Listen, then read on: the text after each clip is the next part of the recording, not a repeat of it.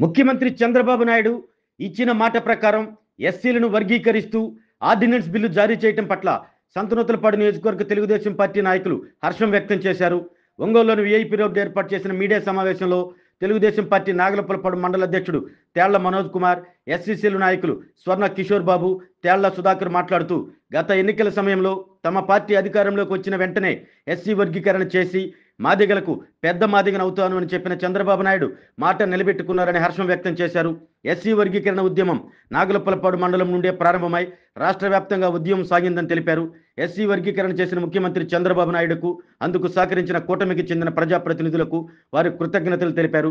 SC వర్గీకరణ విషయంలో తమ నియోజకవర్గ శాసనసభ్యులు బిఎన్ విజయ్ కుమార్ సంపూర్ణ సహకారం అందించారని అభినందించారు. ఈ మీడియా సమావేశంలో నాగులపలపాడు మండల తెలుగుదేశం నాయకులు పసుమర్తి విజయ్ కుమార్, ముంగర ఆనంద్ కుమార్, లక్కినబోయిన వినోద్ కుమార్, కొమ్ము రాంబాబు, వినోద్, గిద్యోన్ పాల్గొన్నారు. మా కూటమి ప్రభుత్వం తీసుకున్న ఈ ఎస్సీ వర్గీకరణ ముసాయిదా కమిటీ క్యాబినెట్ ఆమోదయోగ్యం, చాలా సంతోషకరంగా ఉంది. మా నాయకుడు చంద్రబాబు నాయుడు దళితుల అభివృద్ధి కూటమి ప్రభుత్వంలోనే సాధ్యమని మరోసారి చంద్రబాబు గారు రుజువు చేశారు. అందులో ముఖ్యంగా ఈ ఎస్సీ ఉపవర్గీకరణ క్యాబినెట్కి ఆమోదం తెలపటం, మంత్రులు వీళ్ళందరూ చాలా సంతోషంగా ఉంది. ఈ ఉపవర్గీకరణకు రాజీవ్ రంజన్ మిశ్రా గారు ఇచ్చిన నివేదిక ప్రకారం 200 పాయింట్లు రోస్టర్ విధానం అమలు చేస్తామని చెప్పారు. ఈ రోస్టర్ విధానంలో ఎస్సీ ఉపకులాలు వీటిని 3 విభాగాలుగా విభజించారు.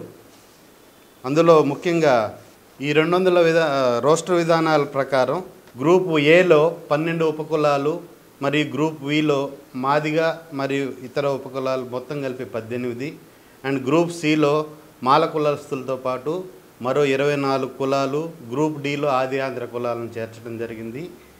ఈ వర్గీకరణ ప్రకారం ఎవరైతే వెనుకబడి ఉన్నారో ఎస్సీల్లో వారందరికీ సమన్యాయం జరుగుతుందని, అది కూటమి ప్రభుత్వం ద్వారానే సాధ్యమవునని సంతోషిస్తూ కూటమి ప్రభుత్వం. నా పేరు లెక్కమ వినోద్ కుమారు, నాగులపాడు మండల ఎస్ఎస్ఎల్ ప్రధాన కార్యదర్శి. ముందుగా మా నాయకుడు చంద్రబాబు నాయుడు గారు చెప్పిన విధంగా మాదిగలకు నేను పెద్ద మాదిగను అవుతానన్నాడు. ఆయన చెప్పిన విధంగా వారు ఈరోజు ఎస్సీ వర్గీకరణ ఆర్డినెన్స్ జారీ చేయడం జరిగింది. కావున ఎస్సీ వర్గీకరణ ఆర్డినెన్స్ జారీ చేసిన ప్రభుత్వం నిన్న గవర్నర్ ఆమోదం పొందిన ఈ బిల్లు నేడు న్యాయశాఖ ఆర్డినెన్స్ నెంబర్ 2 ఆఫ్ 2025 జారీ చేసింది. కావున ఇన్ని ప్రభుత్వాలు వచ్చినా కూడా చేయలేనిది ఓన్లీ కూటమి ప్రభుత్వం వల్లనే జరుగుతుందని మరోసారి మా నాయకుడు చంద్రబాబు నాయుడు గారు నిరూపించారు. కావున 2026 జనగణన తర్వాత వర్గీకరణను జిల్లాల వారీగా అమలు చేయడం జరుగుతుంది. కావున రాష్ట్రంలో ఉన్న ప్రతి ఒక్క మాదిగలు చంద్రబాబు నాయుడు గారికి మరియు కూటమి ప్రభుత్వం రుణపడి ఉన్నారు. ఈరోజు ఇలా ఇచ్చిన ఆర్డినెన్స్ ద్వారా ప్రతి ఒక్క మాదిగ సంతోషం వ్యక్తం చేస్తూ మరియు కూటమి ప్రభుత్వానికి కూడా ధన్యవాదాలు తెలియజేస్తూ ఎస్సీ వర్గీకరణకు అనుకూలంగా క్యాబినెట్ ఆమోదం తెలిపింది. ఇది మాదిగలకి కాకుండా ఎస్సీ కులాలలో ఉన్నటువంటి అన్ని కులాల వారికి కూడా ఇది సంతోషకరమైన విషయం. ఎందుకంటే అందరం కలిసి ఉండి కలహించుకొని ఎప్పుడు ఒకరికొకరు వాదులాడుకున్నా కన్నా కూడా శ్రేయపూర్వకంగా మరి మనం వచ్చిన దాంట్లో సమానంగా జనాభా నిష్పత్తి ప్రకారం పంచుకోవటం, సంతోషం కలిసి ఉండటం అనేది ఇది మంచి పరిణామం. కొంతమంది దీన్ని మరి గిట్టని వారు దాన్ని ఏదో చంద్రబాబు నాయుడు ఒక కులానికి వ్యతిరేకంగా చేశారనేది చాలా తప్పు విషయం. ఒక కుటుంబంలోనే మరి అన్నదమ్ములే కలిసి ఉండలేకపోయిన రోజుల్లో, ఈ రోజుల్లో ఎవరి ఆస్తి వాళ్ళు తీసుకొని ఎవరు కుటుంబాల వారు ప్రత్యేకంగా ఉన్నటువంటి ఈ రోజుల్లో మరి ఒకటిగా కలిసి 2 కులాలు వారు కనీసం 1,30,00,000 మంది ఉండే కులాల వారు కలిసి ఉండి కలహించుకున్న కన్నా కూడా ఈ యొక్క ఎవరు ఫలాలు తీసుకుంటాం అనేది చాలా సంతోషకరము. ఈరోజు ఎస్సీలందరూ కూడా శుభదినం అన్నమాట. కూటమి ప్రభుత్వం ఈరోజు తీసుకున్న నిర్ణయము జీవితంలో కూడా ఎస్సీలు ఏ మాదిగా ఈ ఉపకళాలను సరే మర్చిపోవాలని ఈరోజు చాలా సంతోషకరమైన దినం. అయితే దీని ముందులో కొన్ని విషయాలకు వెళ్తే అసలు ఈ ఉద్యమం ఎలా వచ్చింది, 1994లో ప్రకాశం జిల్లా ఈదుమూడు గ్రామం అంటే నాగులుపులపాడు మండలం మా మండలంలోని ఈదుమూడు గ్రామంలో ఈ యొక్క ఉద్యమం ఎంఆర్పిఎస్గా ఆవిర్భవించి రాష్ట్రమంతా కూడా కొంతమంది యువకులు బయలుదేరి ప్రతి కులాల దగ్గర వాళ్ళకి దగ్గర మెయిన్ కులాలు అందరి దగ్గరికి పోయి మాకు జరుగుతున్న అన్యాయం ఇది, మేము ఒక వేరే కులం వారి మీద మేము అన్యాయంగా మాట్లాడలేదు, కాకపోతే మాలో చదువుకున్న వారు ఆర్థికంగా వెనకబడి ఉన్నాం కాబట్టి కొంచెం నష్టపోతున్నాం మేము, మరి ఏ విధంగా సరే మాకు రిజర్వేషన్ కల్పించి మమ్మల్ని ఆదుకోవాలని ప్రతి ఒక్క రాజకీయ పార్టీని ప్రతి ఒక్క కుల పెద్దలను కూడా కలిసి మరి చాలా వినమయంగా దాని అన్యాయాన్ని ఎక్కడ కూడా మరి గొడవపూర్వకంగా కాకుండా స్నేహపూర్వకంగా తెలియపరచడం జరిగింది. అన్ని కులాల వారు కానీ అన్ని రాజకీయ పార్టీలు కానీ ఏ రాజకీయ పార్టీ కూడా ఇది తప్పు, ఇది చేయకూడదని ఈ రాష్ట్రంలో ఉమ్మడి రాష్ట్రంలో కానీ ఇప్పుడు ఆంధ్రప్రదేశ్లో కానీ ఎక్కడ ఒక పార్టీ కానీ ఒక కులం వాళ్ళు కానీ ఎవరు కూడా దీన్ని వ్యతిరేకించలేదు. ఇది న్యాయమైంది, ఇది చేయదగింది అని చెప్పి మరి అందరూ కూడా దీన్ని ఏకవచనంతో మరి దీన్ని తీర్మానం అంటే దీనికి అభివాదం తెలియపరచడం జరిగింది. అయితే 1996లో తెలుగుదేశం గవర్నమెంట్ చంద్రబాబు నాయుడు గారు ఆ రోజు అసలు ఏంటి ఇది, దీని మీద ఎవరెవరికి ఎంత నష్టం జరుగుతుంది ఏందని షెడ్యూల్ కులాల మధ్య నెలకొని ఉన్న అంతర్యాన్ని అసలు ఎంత అంతర్యం ఉంది వాళ్ళకి మధ్యనే ఒక కమిషన్ వేయడం జరిగింది. అదే 1990 సెప్టెంబర్ 10న రామచంద్ర కమిషన్ అనే ఒక కమిషన్ వేసి అసలు ఈ మధ్య ఎంత డిఫరెన్స్ ఉంది, వీళ్ళు చెప్పేది నిజమేనా అనే ఒక కమిషన్ వేయడం జరిగింది. ఆ కమిషన్లో వాళ్ళు 1967లో రామచంద్ర కమిషన్ ఇది నిజమైందే, మాదే కులానికి కొంచెం ఆర్థికంగా వాళ్ళు వెనకబడినందు వల్ల వాళ్ళు ఇబ్బంది పడతారన్నమాట, వాస్తవమే, వాళ్ళకి ఇవ్వదగిందే అని చెప్పి ఆ కమిషన్ ఇవ్వడం జరిగింది. ఆ కమిషన్ ఆధారంగా తీసుకుని చంద్రబాబు నాయుడు గారి గవర్నమెంటు ఆ రోజు 1997లో జూన్లో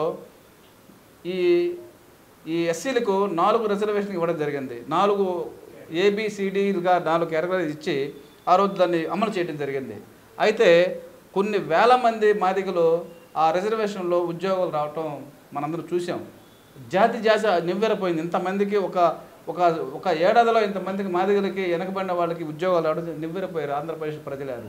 చాలా మాదిగలు కూడా చాలా సంతోషపడ్డారు కూడా. 22,000 ఉద్యోగాలు వచ్చినాయి.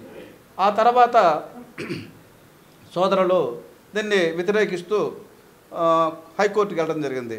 హైకోర్టుకు అయిన తర్వాత హైకోర్టు ఇది కరెక్ట్గా లేదు అని చెప్పి ఇది సెంట్రల్ గవర్నమెంట్ స్థాయిలో ఉంది, ఇక్కడ కాదని చెప్పి దాన్ని నిలుపుదల చేసి స్టే ఇవ్వటం జరిగింది. అప్పటి నుంచి కూడా మరి మాదిగ సోదరులు అలుపెరగనే యోధుల్లాగా అప్పటి నుంచి ఇప్పుడు వరకు 2024 వరకు కూడా ఎక్కడ కూడా రాజీ పడకుండా అన్ని పార్టీలను అందరిని కలుపుకొని పోటు యుద్ధం చేస్తూనే ఉన్నారు. యుద్ధం చేస్తున్న సమయంలో తెలుగుదేశం పార్టీ కూటమి ప్రభుత్వము ఎలక్షన్లో కూడా ముందర చెప్పింది, ఏమని చెప్పింది, మేము గెలిస్తే 80% రిజర్వేషన్ను అనుకూలంగా మేము ముందర మేము ఇస్తాము అని హామీ ఇవ్వటం జరిగింది. ఆ రోజు సోదరులు కూడా అందరూ కూడా ఈ హామీకి అనుకూలంగానే ఓటు వేశారు. ఆ రోజు ఎవరు వ్యతిరేకించలేదు. అందరూ మాదిగా ఇద్దరు కూడా దాన్ని ఏకాగ్రీయంగా తీర్మానం చేసి మరి అనుకూలంగా చేయడం జరిగింది. ఆ తర్వాత మరి ఇప్పుడు 2024లో 7 సుప్రీంకోర్టు 7 జడ్జీలతోటి ఒక కమిటీ వేసి ఆ కమిటీ ద్వారా ఇది అనుకూలంగా ఎస్సీ రిజర్వేషన్ అవసరము, ఇది చాలా అవసరం అని చెప్పి వాళ్ళు తీర్పు ఇవ్వడం జరిగింది. ఆ తీర్పు చారిత్రాత్మకమైన తీర్పు. దీన్ని ఎంతోమంది భారతదేశంలో అనేది దీన్ని అభినందించారు.